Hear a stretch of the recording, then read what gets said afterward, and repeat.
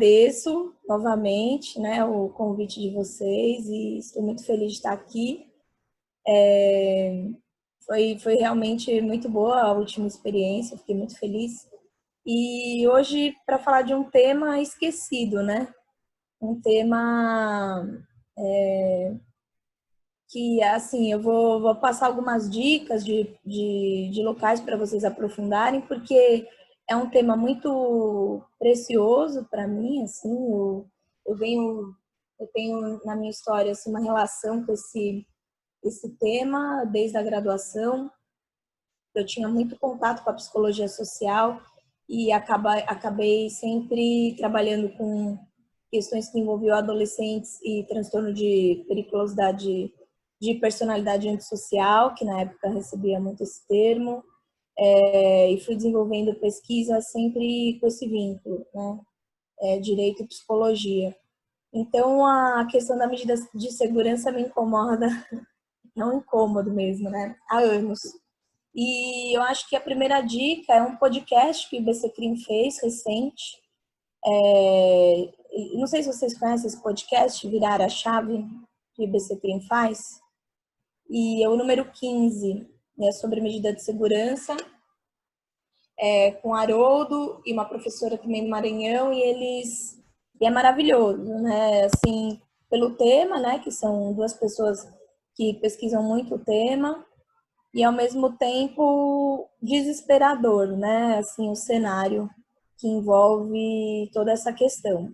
Então, hoje, eu fiquei pensando, poxa, eles vão esperar uma aula super técnica, né?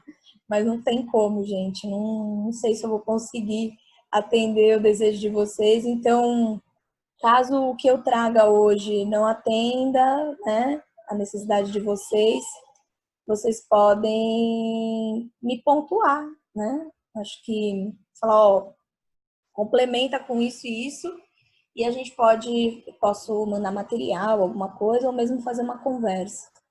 Então, eu preparei um materialzinho que eu quero compartilhar com... Ah, meu Deus, calma aí. Não é assim. Que eu quero depois... Calma aí. Vocês estão vendo essa tela? Depois eu quero passar para vocês. Vocês estão me ouvindo? Eu não consigo ver o chat. Peraí, gente, estou me adaptando aqui. Tá. E como que mexe agora aqui para subir essa tela? Ah, tá. Percebe que a pessoa não é muito... Eu e a modernidade aqui é complicado. Eu coloquei aqui no cabeçalho algumas informações, que tem alguns textos lá no Academia Edu, eu tenho um perfil, meu e-mail, para quem quiser entrar em contato. E lá no Academia tem uns textos antigos, né, desse tempo que eu comentei com vocês, de pesquisa nesse tema. Então, para quem quiser também dar uma fuçada, fiquem à vontade. Então, eu vou começar com uma citação de um dos artigos da Fernanda Ottoni, que ela é uma pessoa que trabalha em Minas Gerais, né? Porque acho que a gente tem duas experiências bem, digamos, alinhadas com a reforma antimanicomial no Brasil, né? Uma delas é em Goiás, que geralmente é mais conhecida pelos operadores do direito, né? Encabeçada pelo promotor Haroldo, e super exitosa também, né? E trabalha muito, de um modo bastante interessante, alinhado assim, com a reforma. E a Fernanda Ottoni, que trabalha em Minas, né? Que era uma das que encabeçava esse projeto de Programa de Atenção Integral ao Usuário Judiciário Portador de Sofrimento Mental, infrator, PAI PJ. Por que esse nomão, né? Acho que aqui tem várias questões, né? A gente vê aqui que existem já termos, são termos da reforma, né? A gente fala usuário dos serviços, né? Portador de sofrimento mental e infrator, porque existe uma diferença do usuário, né? Portador de sofrimento mental, que vai usar o SUS, né? A estrutura do SUS, para receber um atendimento de saúde mental e aquela pessoa que tem algum tipo de sofrimento mental, mas que praticou um crime, né? Então, não é no mesmo lugar, né? Que ela, pelo que a gente vai ver aqui, a gente vai ver dois mundos, né? O mundo da reforma antimanicomial e o mundo previsto pela lei penal, né? E como será que esses dois mundos conversam, né, nas práticas judiciárias? A gente vai, e é por isso que eu indiquei esse podcast, né, porque a gente vê que ainda existe um abismo, né, apesar das pesquisas e dos apontamentos da importância dessa revisão, né, do que existe aí em termos penais sobre o tema, né. Então, a citação diz o seguinte: no lugar da presunção da periculosidade, trabalhamos desde o princípio com a presunção de sociabilidade. Isso faz toda a diferença. Essa aposta é o que permite que, mais adiante, outros laudos possam vir a dizer outras coisas, outras teorias, outras apostas, menos assustados com a periculosidade evidente e mais favorável ao laço social. Aqui, para mim, resume essa visão que a reforma traz e como ela é importante para o operador do direito, né? Porque muitas vezes a gente esquece que o conceito de periculosidade é um conceito construído, né? Juridicamente construído, e que para a psicologia, para os estudiosos, né? Dependendo aí da linha da psiquiatria também, ele não faz sentido, né? Ele não tem essa força que o Código Penal indica, né? E a gente vai ver hoje isso um pouquinho por quê. O que é importante aqui essa palavra, ela é tudo, né? Quando a gente fala em medida de segurança, né?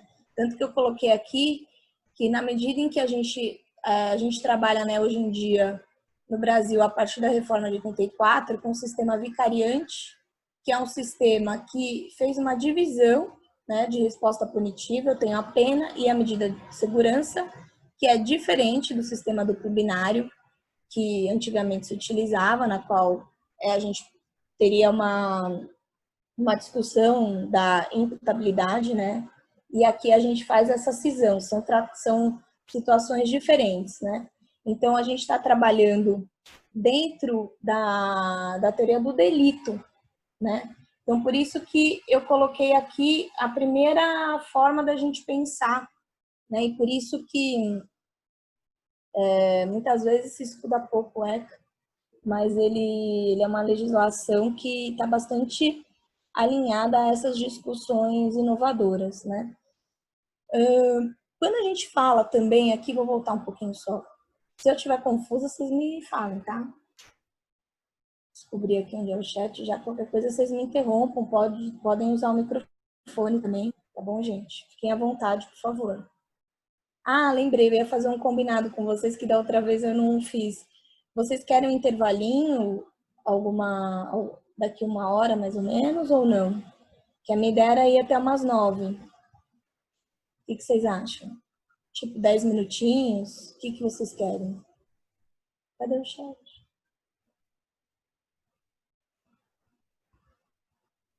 Gente, estão me ouvindo? Como você prefere? Como você preferir. Ah, Se eu, você achar melhor seguir, aí a gente segue.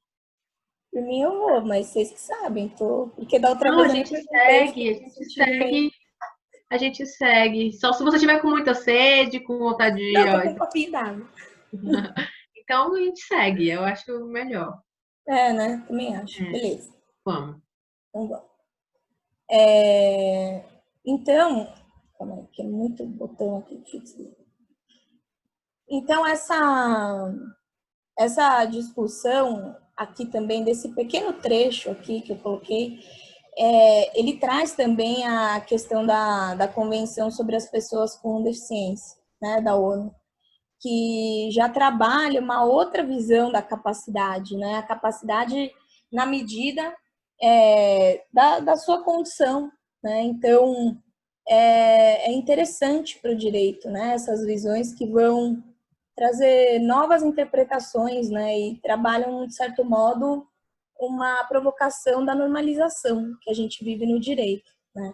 Então, é tão fácil definir capaz, incapaz, né? Imputável, inimputável, mas na verdade essa linha não é tão demarcada, né?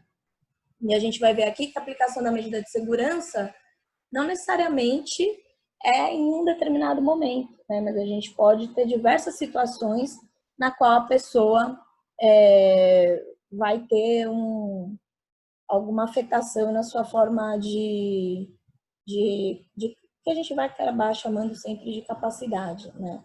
Mas entendendo que a tipificação da doença, do sofrimento, ela não é para rotular, mas é para que eu possa pensar justamente isso aqui, né? Por isso que ela diz outros laudos, outras coisas, outras teorias, outras apostas, né? E justamente ver a pessoa ao invés do laudo, né? Entender a história, pensar como constrói-se esse laço social, né? E quando a gente pega, né? Não sei se vocês chegaram a ver aquele livro da Daniela Arbex, do Holocausto Brasileiro, as pessoas que estão, né?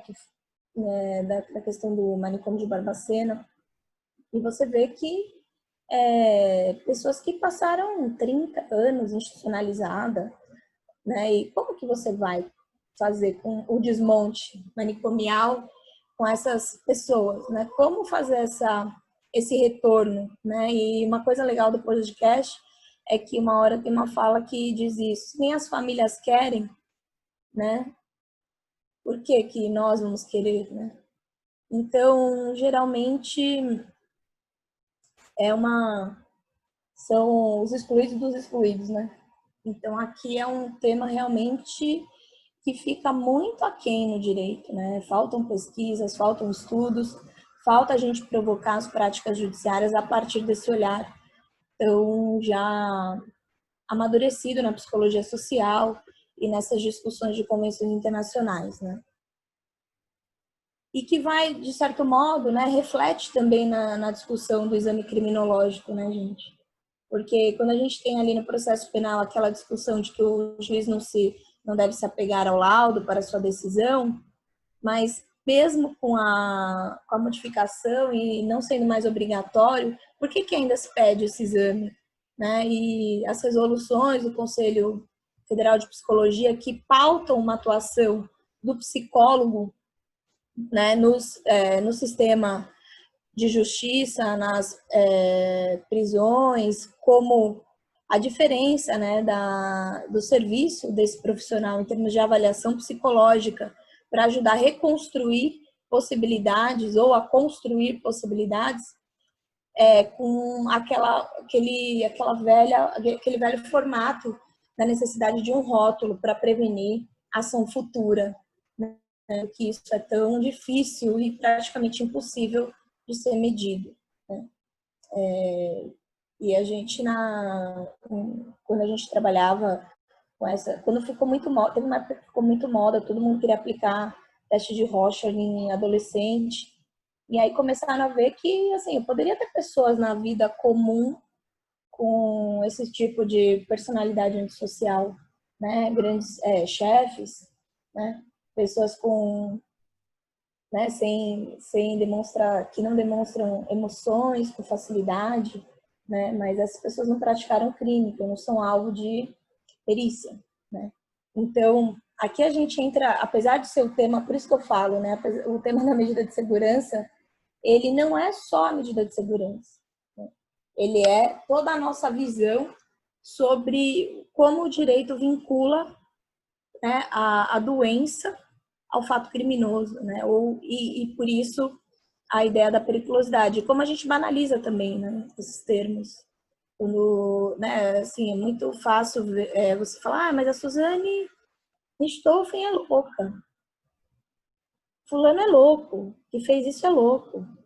Mas você viu o processo? Você viu se tem alguma discussão disso, né, no processo? Enfim. Então, como, né, e mesmo, enfim, as questões do Brasil atual, né? Quando a gente rotula determinados comportamentos como louco, né? Quando na verdade eles são escolhas, né? Escolhas conscientes para X ou Y caminho, né? Alguma dúvida, algum comentário até agora, gente? Posso avançar um pouquinho? Então, assim, o nosso norte aqui é a definição da inimputabilidade, né? A gente tem a cisão do sistema vicariante quando a gente trabalha com a categoria da inimputabilidade. A inimputabilidade, ela pode ser psíquica ou etária, né? E muitos doutrinadores vão trabalhar com essa ideia, né, do inimputável etário como uma pessoa que não tem capacidade de entendimento, né? Quando, na verdade, o Estatuto da Criança e do Adolescente já define justamente o contrário, né? O inimputável etário, ele tem capacidade, mas ele tem a capacidade na medida da sua idade, né? Então, ele responde pelo seu ato na medida da legislação especial que vai priorizar a condição peculiar de desenvolvimento em que ele está. E por isso a gente usa a ideia da categoria de responsabilidade progressiva, né? Por isso que começa com 12 anos, né? Então, quando que eu responsabilizo um adolescente pelo ato infracional praticado? O que é o ato infracional? Todo ato equiparado a crime ou contravenção penal, quando ele faz 12 anos, né? Então, não são os pais que vão responder por ele, né? Vai ser justamente ele. Então, a responsabilidade recai sobre a sua pessoa, né? Só que não é a responsabilidade penal, é a responsabilidade juvenil, né? Que aí vai existir a disputa doutrinária se isso é direito penal juvenil. Eu particularmente entendo como, né, justiça juvenil, né? Não trago essa nomenclatura, apesar de entender a natureza aflitiva da medida socioeducativa, enfim. Mas a intervenção pedagógica tem que ser preponderante, né? Enfim, também um outro tema que acho que vocês já tiveram aula, né? Não sei se já tiveram aula sobre ela, né? Então, não sei, mas deve ter ficado muito claro que a inimputabilidade etária, ela não existe porque a pessoa não tem capacidade de entendimento, né? Mas ela está em outra condição de desenvolvimento, né? Mas se isso for analisado perante a legislação penal, vai ser nesse mesmo conceito aqui, né? É inimputabilidade porque atinge a culpabilidade como elemento configurador do delito. Eu não estou trabalhando aqui com a culpabilidade quando eu vou pensar a aplicação da pena. Eu estou pensando na etapa anterior, quando eu estou pensando, né, os requisitos do delito, né? E por isso vão pautar a exclusão da culpabilidade, portanto, o fato não é considerado crime, né? Então, a conduta do agente não é considerado crime, por isso que ele não recebe pena, né? Ele vai receber uma medida de segurança para tratamento da sua periculosidade, né? No caso do inimputável psíquico. No caso do inimputável etário, ele vai ter competência deslocada, né, para a justiça especializada, que é a Justiça da Infância e Juventude, né? As varas especiais da infância e juventude. Então, eu vou apurar a conduta, né? Eu vou aplicar medida socioeducativa, né? Que tem, sim, natureza aflitiva, é uma sanção, né? Não é um benefício, né? Não é algo bom que se faça, né, para o adolescente. Pelo contrário, né? É uma pena, né? Com a ideia de ter a intervenção pedagógica. Então, o nosso foco hoje é a inimputabilidade psíquica, né? Como a gente ainda traz essa discussão aqui no Código Penal. Deixa eu ver, como que dá para compartilhar várias telas aqui?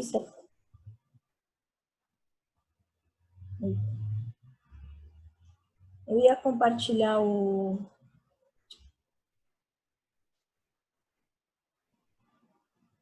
Vocês estão vendo? Aqui é a lei da reforma. Vocês estão vendo a minha tela aqui do Código Penal? Sim, estamos vendo, professor. Então, aqui, quem são os inimputáveis para o Código Penal? É isento de pena o agente que, por doença mental ou desenvolvimento mental incompleto ou retardado, era, ao tempo da ação ou da omissão, inteiramente incapaz de entender o caráter ilícito do fato ou de determinar-se de acordo com esse entendimento. Então, lógico, eu estou trabalhando aqui com esses termos, né, doença mental, desenvolvimento mental incompleto ou retardado, né, lá super antigos, né? Eu não estou aqui trabalhando com a nomenclatura da reforma antimanicomial, certo? Deixa eu... Voltou para a tela aqui, vocês estão vendo? Nossa, eu vou ficar perguntando toda hora. Ainda não, está aparecendo do decreto-lei. Do código? Não. Eita, toda hora eu tenho que... Bom. Então, voltou agora?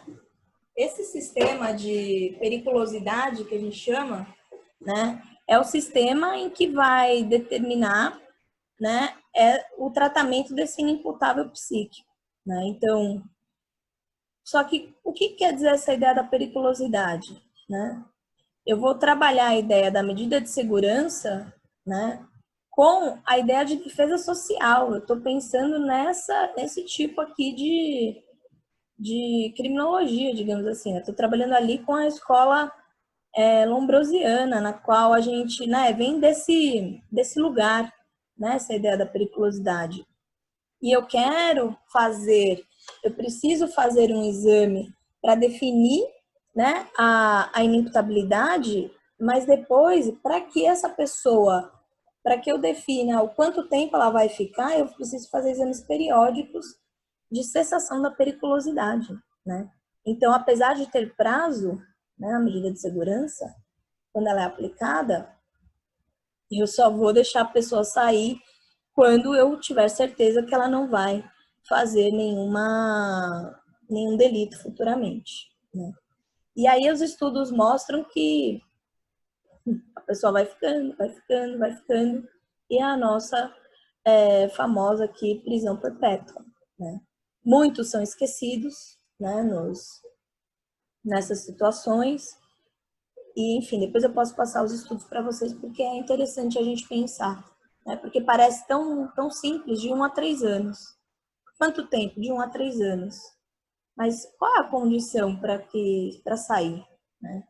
Então, existe esse porém, né? Claro que essa ideia é incompatível. Quando eu coloquei aqui nova legislação, estou pensando na reforma antimanicomial, né? E se eu estou pensando, se a reforma pensa que o tratamento psiquiátrico, né, tem finalidade de construção de laço social e não segregação, justamente porque a pessoa precisa conseguir lidar com aquela sua condição no meio, né? Se ela está segregada, é igual, vou fazer fisioterapia, mas você precisa de uma fisioterapia para reabilitação, mas eu vou te deixar em cima de uma cama. Então, como é que você testa que aquela pessoa introjetou algum novo conceito, algum novo valor, que ela desenvolveu algum novo parâmetro, né, de comportamento? Então, são possibilidades completamente distintas, né, aqui, esses dois mundos que eu falei lá no início. Então, quais são, apesar de a periculosidade ser o norte, eu vou trabalhar com esse exame da cessação de periculosidade periodicamente para ir verificando a possibilidade de extinção da medida de segurança, né?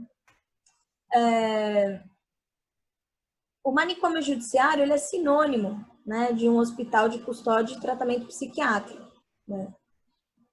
Como eu falei, apesar de ser um hospital, ele não tem uma estrutura equiparada a um hospital psiquiátrico comum, mas ele incorporou todas as mazelas dos manicômios judiciários, né?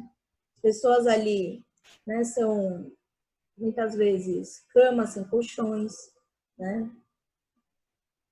Questões de medicamento, né, sempre muito extremo, ficam sem comer, enfim, situações que as pessoas relatam realmente deploráveis, né? E quando a gente pensa nessa questão, né, da loucura, da definição da loucura, a gente vai ver que, se a gente pegar Foucault, né, a gente vai ver que existem diversos conceitos, né? E o louco, ele pode ser, né, dependendo do contexto histórico, né, uma pessoa com uma utilidade, né? Então, quando a gente pensa que a partir do século XIX você empoderou, né, deu esse poder ao médico para testar quem era louco, aquele que se desviava da normalidade e, portanto, poderia ser internado, né? Eu precisava corrigi-lo para ele se tornar o normal, ou curá-lo, tratá-lo, né? É daí que vem a nossa ainda medida de segurança, com essa base.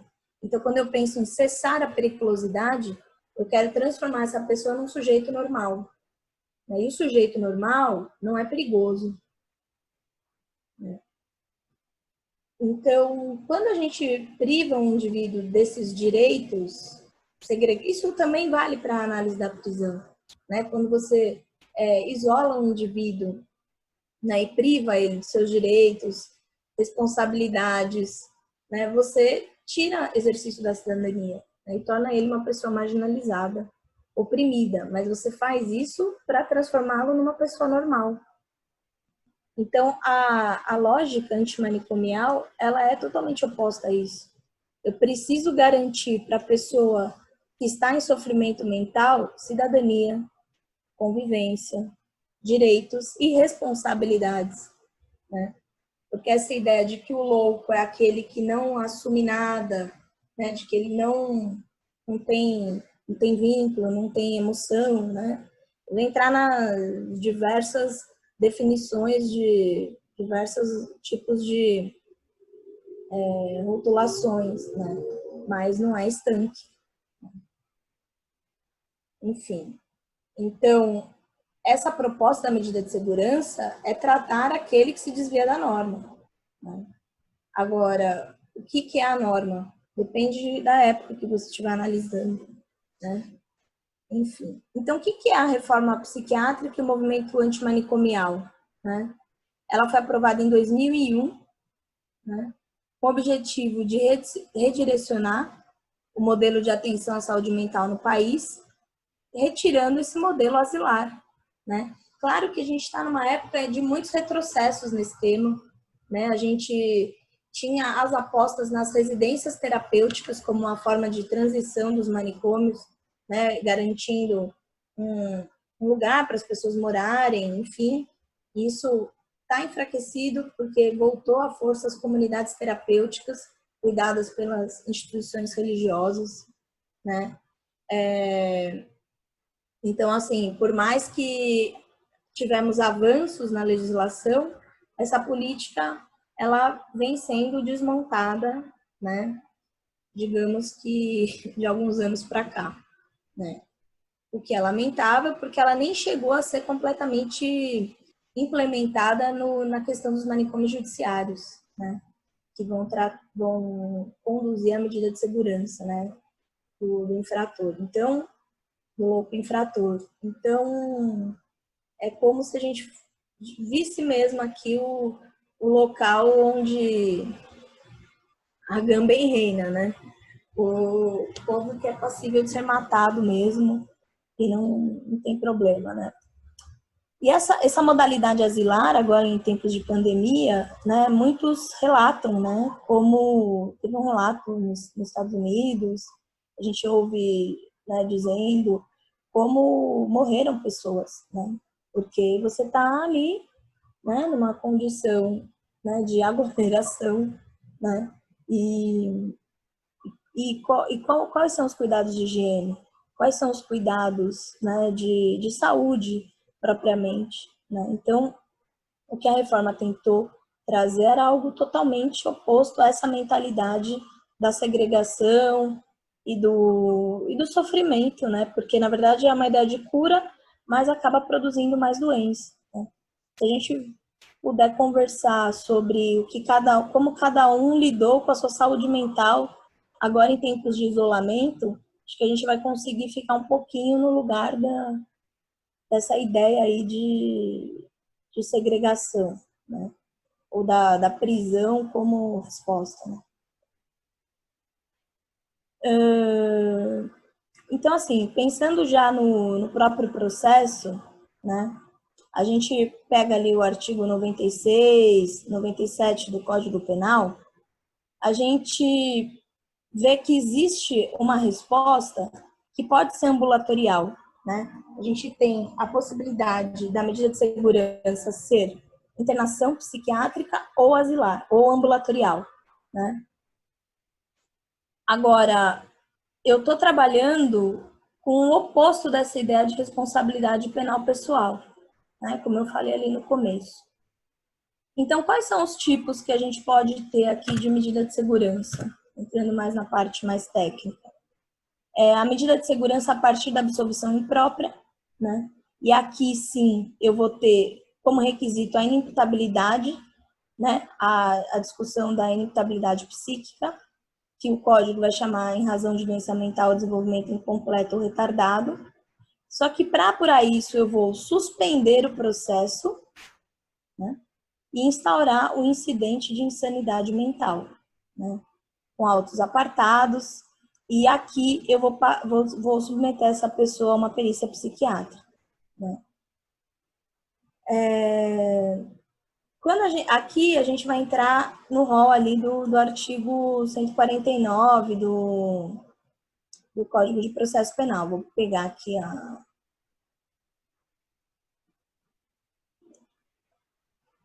aba. O Zoom é muito diferente, gente, do Google. Pelo amor. Ele divide a tela em muitos pedacinhos, né?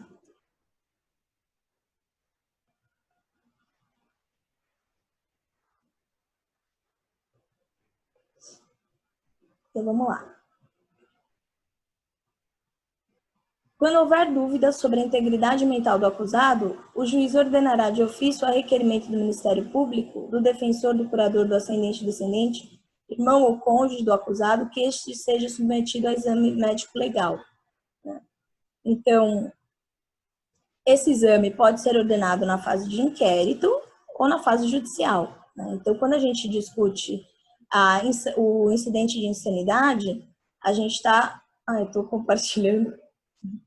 Estou acostumada com o Google, mas vocês não viram, né, a tela do código de processo? Vocês estão aí, gente? Estão vivos?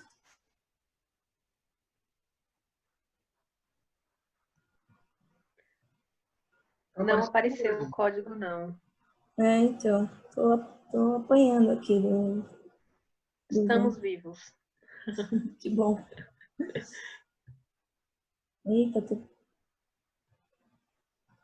deixa eu ver aqui.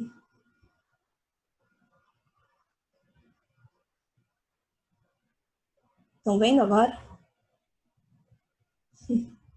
Sim.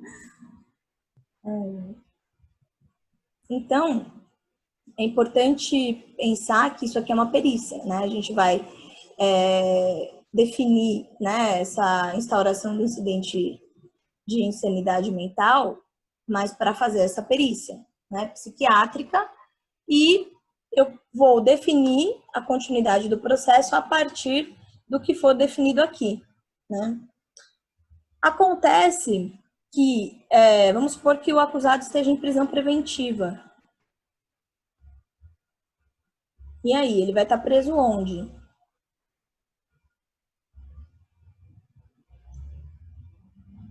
Então, Porque isso que é muito...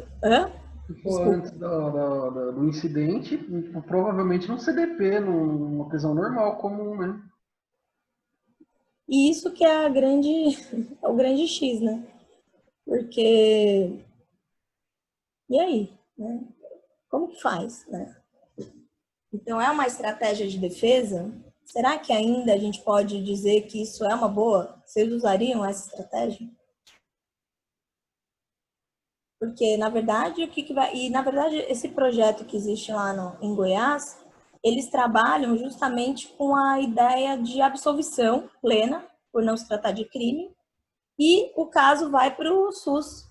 Ele entra como um caso de saúde, né? Então, você elimina essa discussão da absolvição imprópria, né, que fica nesse limbo, né, na definição do saber jurídico aí para definir uma questão de saúde, né? Então eles conseguiram lá em Goiás, eles não trabalham com manicômio, eles conseguiram isso, né? Mas em Minas, por exemplo, apesar do projeto que eu citei, ainda persistem os manicômios, né? Então, assim, é uma grande questão, né? E aqui, para mim, fica uma questão, existe, como eu peguei aqui na outra telinha, que eu coloquei para vocês, então esse é o grande clássico, né? Medida de segurança a partir da absolvição imprópria.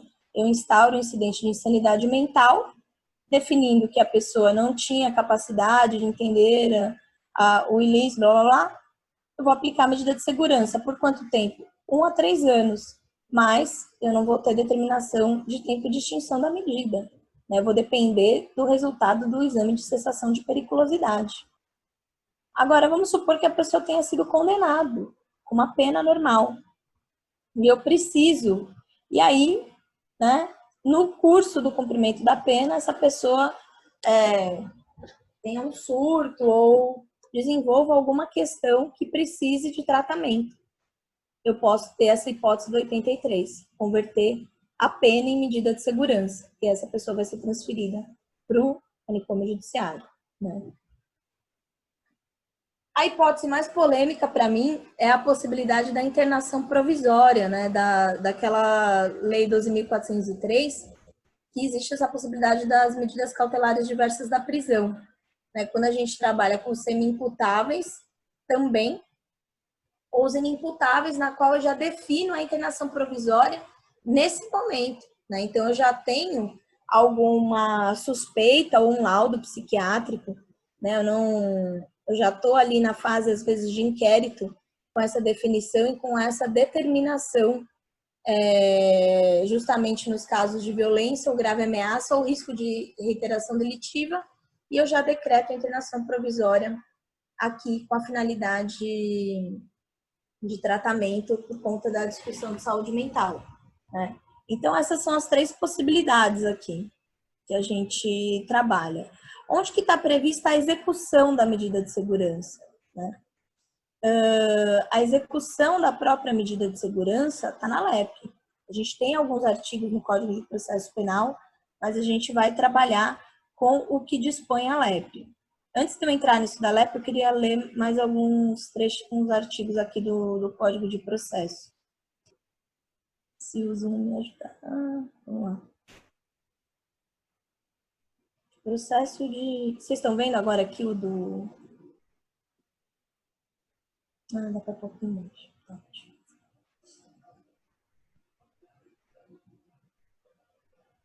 Estão vendo aqui o código? Estamos sim, professor. Obrigada. Aqui.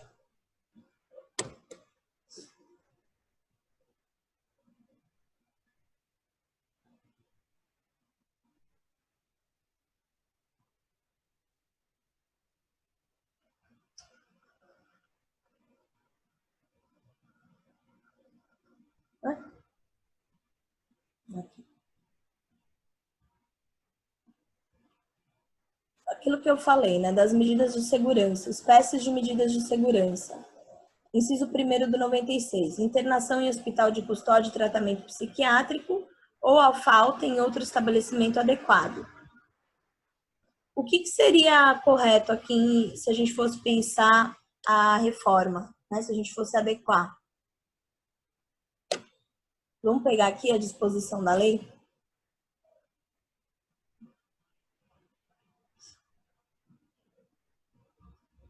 Olha o que diz o artigo 4º da Lei Antimanicomial. A internação em qualquer de suas modalidades só será indicada quando os recursos extra-hospitalares se mostrarem insuficientes. O tratamento visará como finalidade permanente a reinserção social do paciente em seu meio.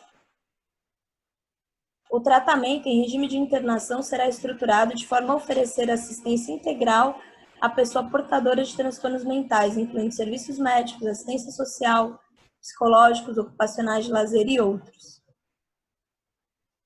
Parágrafo 3º. É vedada a internação de pacientes portadores de transtornos mentais em instituições com características asilares, ou seja, aquelas desprovidas dos recursos mencionados no parágrafo 2º e que não assegurem aos pacientes os direitos enumerados no parágrafo único do artigo 2º. Isso torna a medida de segurança, né, dessa hipótese aqui, do artigo 96, inciso 1º, legal ou ilegal?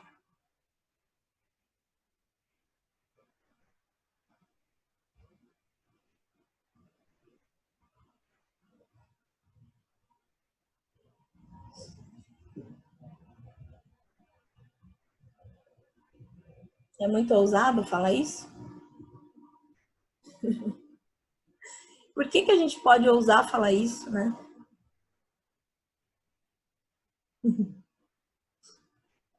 É ilegal, gente. A gente não tem... Por que a gente aceita ainda? Se existe uma legislação mais especializada, isso está revogado implicitamente. A gente aceita isso aqui como uma grande verdade. A gente aceita dizer que existem... que o louco é incapaz. A gente trabalha com esses conceitos no direito, né? A gente trabalha com a incapacidade, sendo que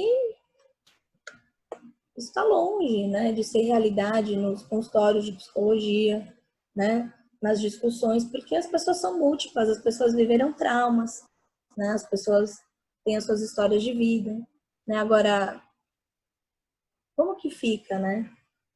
Agora, existe aqui a possibilidade, no inciso 2º do 96, sujeição a tratamento ambulatorial. Isso aqui poderia ser explorado, né? Pensando na rede, né? A gente tem a rede de CAPS, né? A gente tem todo um sistema, né? Em termos de, para a gente pensar tratamento de saúde mental no SUS, que a gente poderia, que é essa proposta de Goiás, né? Como eles implementam lá. Só que aí, como que fica a desconstrução da ideia da periculosidade? Porque às vezes a pessoa matou uma pessoa. Você vai levar ela no SUS algemada? Isso não combina com o que está escrito aqui, né? Porque se a pessoa, né, matou alguém, mas ela se enquadra nessa discussão aqui por uma questão de saúde mental, a gente vai puni-la pelo problema de saúde dela, ao invés de dar de fato um tratamento efetivo para o problema de saúde dela. E é muito também, eu coloquei ali no material no final, a modificação que a gente teve do sistema que trabalha a questão de drogas também, a discussão das internações involuntárias e compulsórias dos dependentes químicos. E a gente trabalha com a resposta como se a internação fosse fazer uma pessoa parar de usar droga, né? Então, a gente trabalha com essa ideia da punição, da segregação, para questões que são da ordem de outras ordens, né? Não vou nem dizer... não vou rotular também aqui como alguma outra coisa, mas é da ordem do que o indivíduo precisa, né? Refletir, buscar na sua história, né? E isso, geralmente, a psicologia ajuda, né? A fazer esse resgate da trajetória. O que a droga, que lugar a droga ocupa na vida do sujeito. E tá aí as discussões de redução de dano para a gente pensar, né? Porque quando a gente tem um vício, a gente está, né, numa situação, como que a gente faz a transição para uma vida sem aquilo como uma necessidade imperiosa, né? O uso recreativo, né? E o que é legal desse podcast é que eles denunciam, e é bem grave no meu modo de ver, assim, a situação do uso da audiência de custódia para encaminhamento das pessoas para tratamento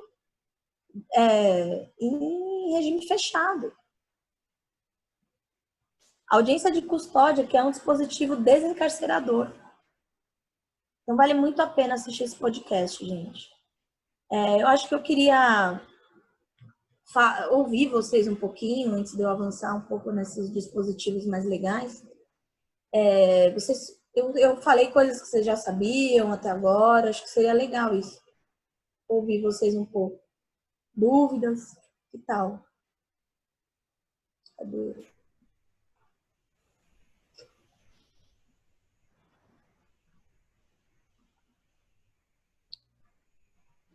Tem bastante comentário nos chats, professora. A Luciana falou que sim, David falou É. que não vimos. Boa noite, pessoal. Tudo bem? Boa noite, professora. Boa noite, Oi, senhores Davi. alunos. Eu só queria fazer um comentário.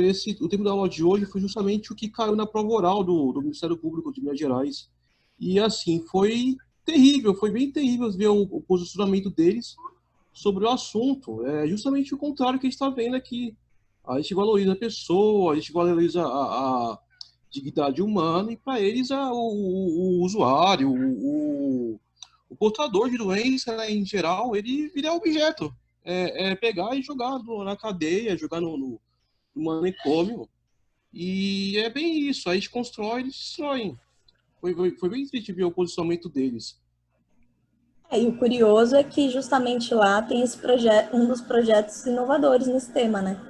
E é um Exatamente. projeto bancado pelo Tribunal de Justiça de Minas. Exatamente. Aí caiu em 2 pontos. Caiu em civil, né? Interação compulsória, e caiu em penal. E foi assim, as duas respostas esperadas foram bem isso. Foi, deixa lá, deixa preso, depois a gente resolve. É complicado.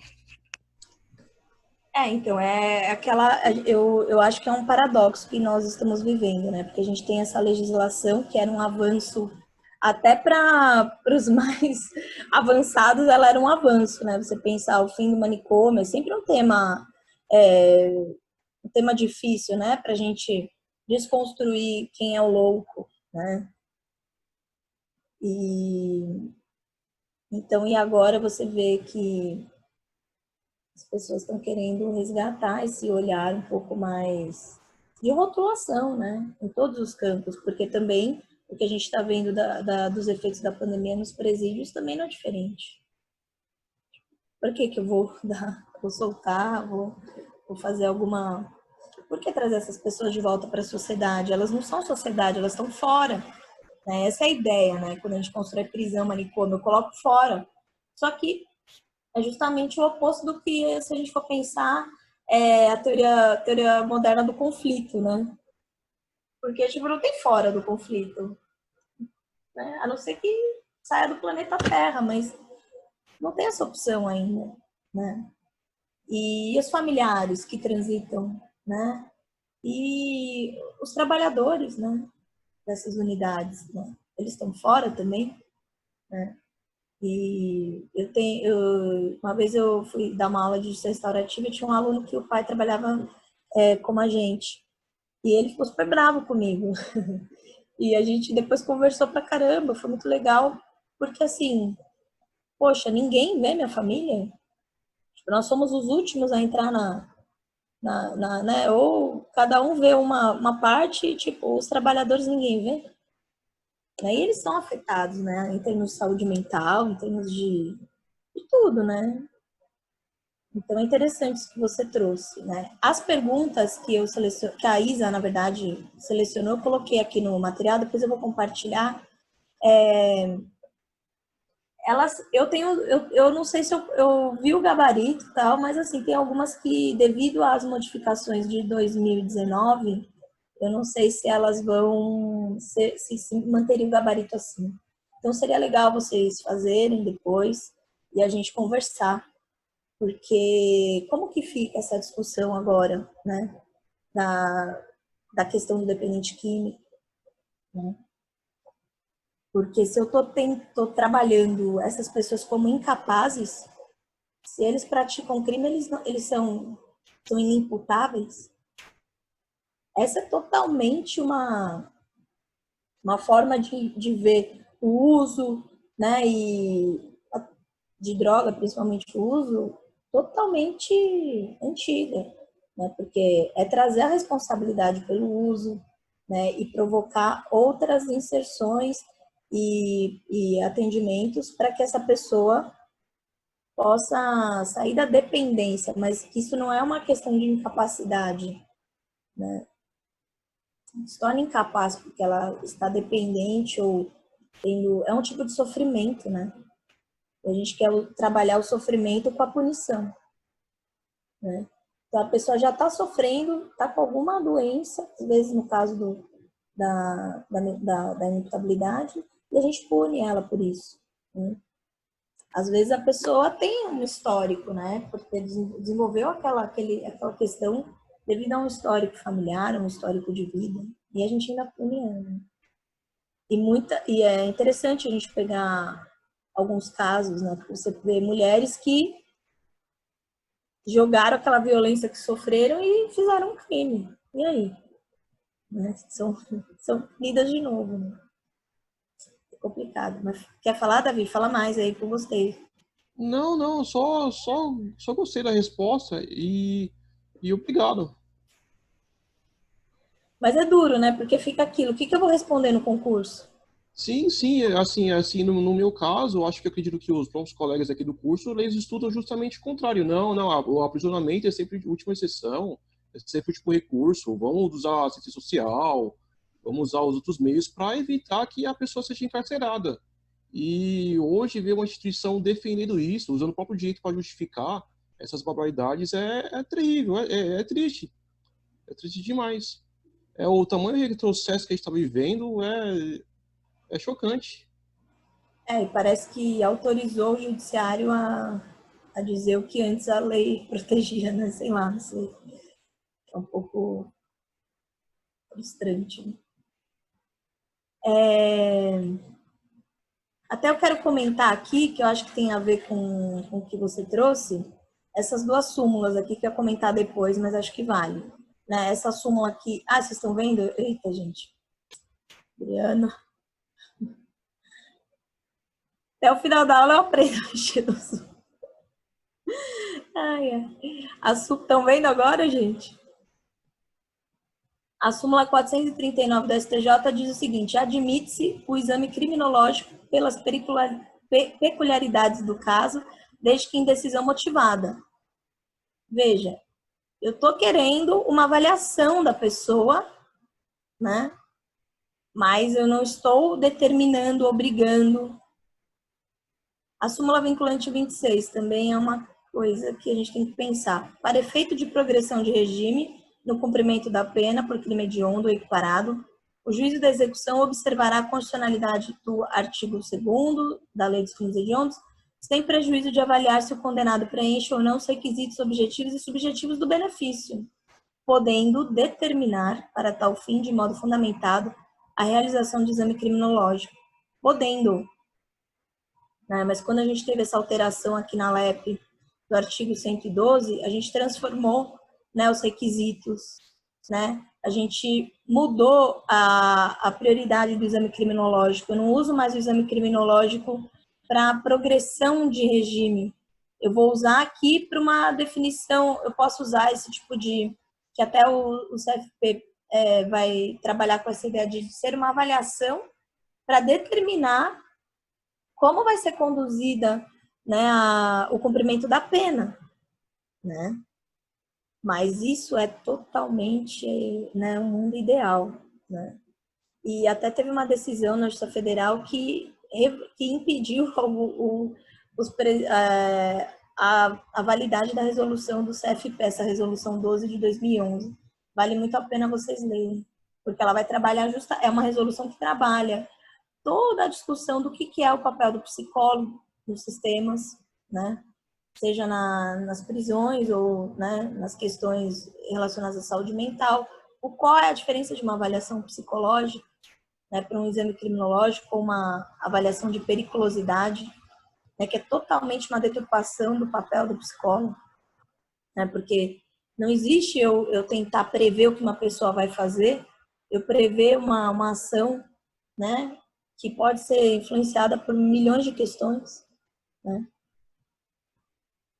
Então, acho que essas súmulas, né, essa súmula vinculante aqui e essa outra, elas são importantes para que a gente provoque, né, que elas não têm uma determinação aqui, né? Está em aberto, é caso a caso, é pensar a necessidade, porque os critérios têm que ser outros, né? Eu diria que objetivos, né, definidos pela lei. né? Fica aquela velha história. Ah, mas vai... Como se a gente pensasse em voltar, né, o direito penal do autor. Que a medida de segurança, quando a gente pensa em sistema de periculosidade, a gente está pensando no sistema penal, né, nessa ideia de direito penal do autor. A gente abandona, né, o direito penal do fato. Só que aí você quer transformar aquele autor, né, em não sei o quê, porque deu azar, né, de praticar um crime, porque eu e os outros que não praticaram, né. Então, com a ideia da lei da reforma é que a gente tem que fazer as intervenções judiciárias, e lógico é que a gente está no âmbito da defensoria, né, querendo ou não, eu estou radicalizando meu discurso por conta disso, com certeza, também porque eu atuo, na maioria dos casos, como advogada de defesa, e é assim que eu me coloco, né? Então, quando a gente pensa nessa regra, né, na internação do portador de transtorno mental, como o Código diz, ser uma regra, eu preciso pensar o que define a lei da reforma, né? Ela veda. Então, por isso que até trouxe essa jurisprudência aqui, que é no curso, né, da execução. Então, condenação, pena de reclusão em regime aberto, semi-imputabilidade, medida de segurança e internação, alteração para tratamento ambulatorial, possibilidade, recomendação do laudo médico. Né? Então, o juiz está se pautando nisso. Inteligência do artigo 26, parágrafo 1º, necessidade de consideração do propósito terapêutico da medida no contexto da reforma psiquiátrica. Ordem concedida.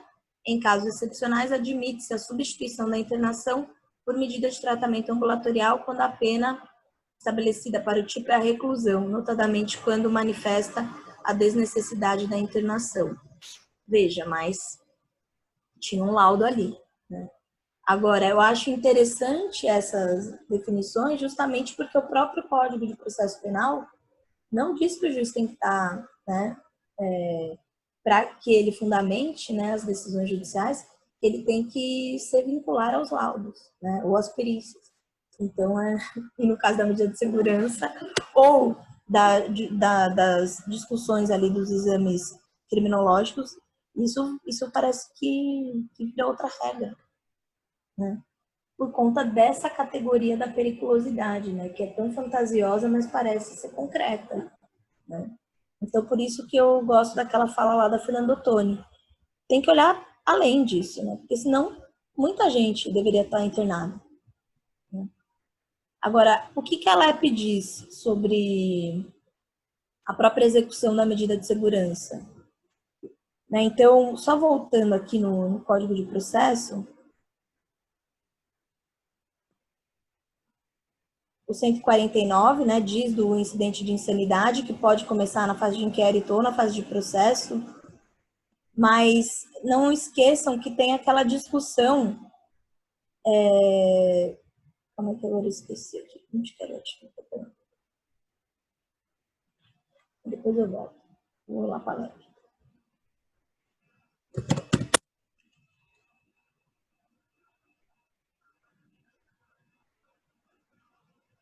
eu posso ter essa discussão da conversão da pena, né, para a medida de segurança no curso da execução da pena, né? Então, da execução das medidas de segurança. Transitada em julgado a sentença que aplicar a medida de segurança, será ordenada a expedição de guia para execução. Ninguém será internado em hospital de custódia e tratamento psiquiátrico ou submetido a tratamento ambulatorial para cumprimento de medida de segurança sem a guia expedida pela autoridade judiciária, né? Então, é uma determinação judicial, né? Apesar de ser uma questão de saúde, né? Em regra. A guia de internamento ou de tratamento ambulatorial extraída pelo escrivão, que a rubricará em todas as folhas, né? E eu preciso ter quais informações, então, aí? A qualificação do agente, inteiro teor da denúncia, né? O certidão de trânsito em julgado, a data que terminará o prazo mínimo de internação. Por que isso? Porque aqui eu faço o primeiro exame de cessação da periculosidade, né? Ou do tratamento ambulatorial. outras peças do processo reputadas indispensáveis ao adequado tratamento ou internamento, ciência ao Ministério Público, né? E aqui no começo que eu queria falar também dos artigos do começo ali.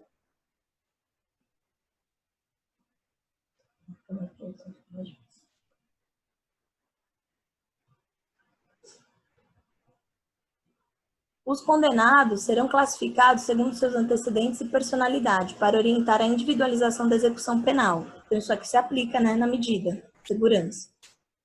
A classificação será feita por comissão técnica de classificação, que elaborará o programa individualizador da pena privativa de liberdade, adequado ao condenado ao preso provisório. Isso aqui ainda vale lá na história do exame criminológico, né, nesse início. Certo? Só para a gente lembrar. O artigo 9º. A comissão no exame para obtenção de dados reveladores da personalidade, observando a ética profissional e tendo sempre presentes peças ou informações do processo, poderá entrevistar pessoas, requisitar de repartições ou estabelecimentos dados e informações a respeito do condenado, realizar outras diligências e exames necessários. Os condenados por crime praticado dolosamente, com violência de natureza grave contra a pessoa, ou por qualquer dos crimes previstos no artigo 1º da Lei dos Crimes Hediondos, aí é aquela história lá do perfil genético, né? Mas acho que é interessante a gente olhar isso, né? Mesmo que eu não esteja falando da medida de segurança estritamente, eu tenho, durante a execução da pena, essa discussão implícita, que às vezes não está tão explícita, mas é sobre a subjetividade, né, do indivíduo. Apesar de ser uma conta matemática, a execução, eu tenho ali ainda elementos, né, desse resquício aí da intenção de correção, cura, tratamento, né, mesmo quando eu estou falando da execução da pena, né, em si. Voltando lá para a parte da execução das medidas de segurança, da cessação da periculosidade. A cessação da periculosidade será averiguada no fim do prazo mínimo de duração da medida de segurança, pelo exame das condições pessoais do agente. Certo? Super subjetivo, né? Eu estou analisando a subjetividade dele aqui. A autoridade administrativa, até um mês antes de expirar o prazo de duração mínima da medida, remeterá ao juiz minucioso relatório que o habilite a resolver sobre a revogação ou permanência da medida. O relatório será instruído com o laudo psiquiátrico, né? Quem faz essa avaliação, né, é um psiquiatra. Juntado aos autos, o relatório ou realizadas as diligências serão ouvidos o Ministério Público, o curador ou o defensor, no prazo de 3 dias para cada um. O juiz nomeará curador ou defensor para o agente que não o tiver. Isso, né, é importante para vocês aqui, porque, né, para quem atuar na execução. O juiz de ofício a requerimento de qualquer das partes poderá determinar novas diligências, ainda que expirado o prazo de duração mínima da medida de segurança. Então, veja, são critérios muito abertos, né? Apesar desse prazo de 1 a 3, né, e o prazo mínimo. Ouvidas as partes ou realizadas as diligências a que se refere o inciso anterior, o juiz proferirá a sua decisão no prazo de 5 dias. Em qualquer tempo, ainda no decorrer do prazo mínimo, poderá o juiz da execução, diante de requerimento do Ministério Público ou do interessado, seu procurador ou defensor, ordenar o exame para que se verifique a cessação da periculosidade, procedendo-se nos termos do artigo anterior. Nos exames sucessivos, porque não é só um, né, vamos fazendo, para verificar se a cessação de periculosidade observar-se-á no que lhes for aplicável disposto no artigo anterior. Nas hipóteses de desinternação ou de liberação, aplicar-se-á o disposto nos artigos 132 e 133 dessa lei. E aqui reside o grande problema, né? Porque, pelos estudos, se vocês tiverem interesse, eu posso mandar, fica nisso, ó. Já está definido pelo juiz a desinternação ou a liberação e a pessoa não sai. Mesmo com laudo positivo de cessação de periculosidade, a pessoa está lá. Então, é aquilo. Né? O que acontece aqui nesse âmbito, né? Que, nem quando se liberta a pessoa, ela se sai de lá. Né? Fica aquela dúvida do que acontece. Né? O prazo, né? O prazo da medida de segurança, ela está aqui no parágrafo 1º do artigo 97, tá? E aqui está a definição também da cessação de periculosidade. Na internação ou tratamento ambulatorial será por tempo indeterminado, perdurando enquanto não for averiguada, mediante perícia médica, a cessação de periculosidade. O prazo mínimo deverá ser de 1 a 3 anos. Né? A perícia médica realizar-se-á ao termo do prazo mínimo fixado e deverá ser repetida de ano em ano, ou a qualquer tempo, se determinar o juiz de execução. Aqui entra a ampliação, né? É de 1 a 3 anos, mas, na verdade, eu posso ficar repetindo. Desinternação ou liberação, quer dizer, que, na verdade, pela interpretação aqui rígida, a gente entenderia, até 3 anos tem que resolver isso aqui. Mas não é o que se vê na prática, né? Por isso que eu estou falando assim.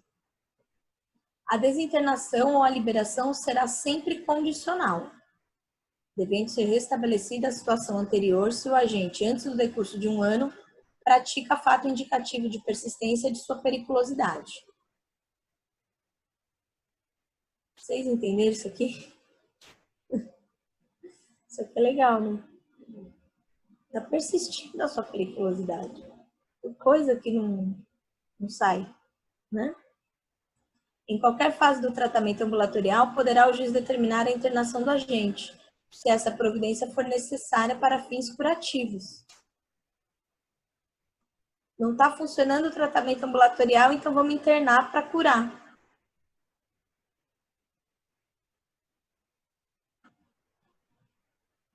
Isso é boa, né? Isso aqui é totalmente oposto ao que diz a reforma. Né? Porque a ideia também de alguns sofrimentos é que a pessoa vai ter que viver com ele. Né? Por exemplo, já vi relatos de questões de esquizofrenia, a pessoa aprende a lidar com o seu sofrimento mental. Não vai se transformar numa pessoa sem aquilo. Né?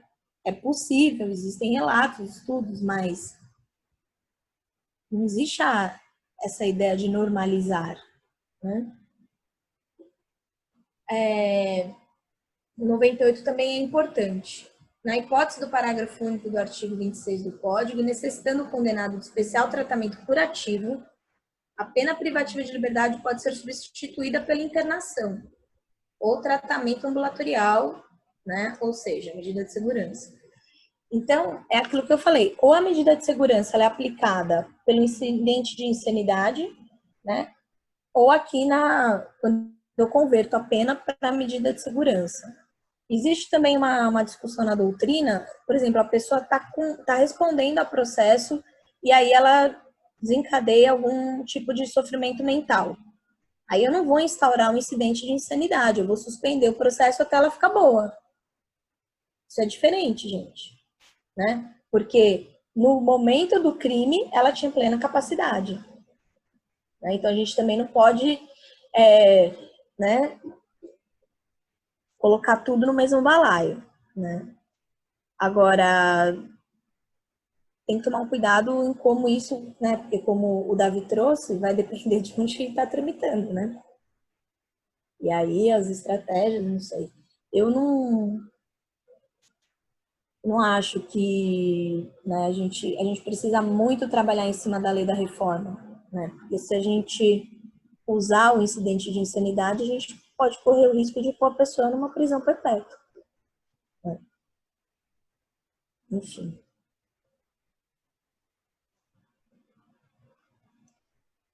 Olha lá o artigo 99. o internado será recolhido ao estabelecimento dotado de características hospitalares e será submetido a tratamento. É o oposto do que diz a reforma, né? Primeiro, se você for olhar como que os manicômios judiciários estão implementados, eles não são hospitais, né? Não são unidades de saúde, né? Elas são unidades que o objetivo delas é a segregação, né? Então, trancas, né? Enfim, um monte de instrumental para evitar que a pessoa saia de lá, né? Então, fica esquisito também o artigo 99, né? Tudo isso aqui mereceria uma revisão, né? A gente parar para refletir como readequar essa resposta aqui do direito penal, né? Que vai impactar o processo penal. Agora, no processo penal, a gente tinha ali, lá na frente, os artigos 383. Calma aí que eu tô... Deixa eu pegar. E essa parte toda aqui do processo penal, que antes a gente tinha essa discussão da execução, né, da medida de segurança aqui, a gente vai usar a LEP agora, né? Então, se vocês olharem aqui,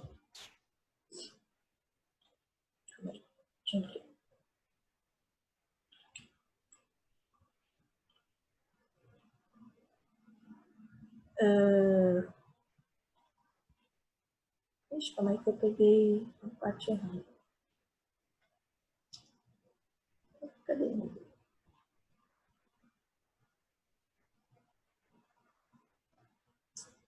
373. Espera aí, gente, que me confundi aqui. Aqui, né? Toda essa parte aqui, a gente vai usar o que está na LEP, né? Porque senão vai ter uma questão aqui também da apelação aqui no processo penal e a gente vai trabalhar com toda a disposição que está na LEP.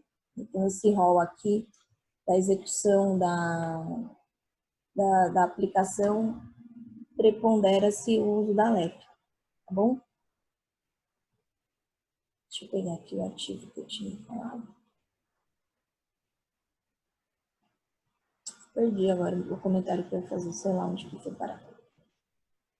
Gente, dúvidas? Deixa eu retomar aqui para ver se eu não esqueci nada, porque assim, apesar de ser um tema complexo, né, mas ele é curto, né, assim, em termos de processo e direito penal, né? Então acabou que o nosso tempo, ainda a gente tem tempo.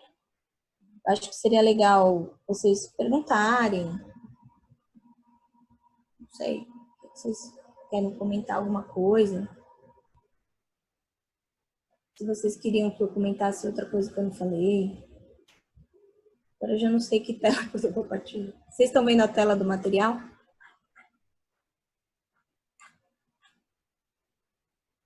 Cadê vocês? E aí, gente?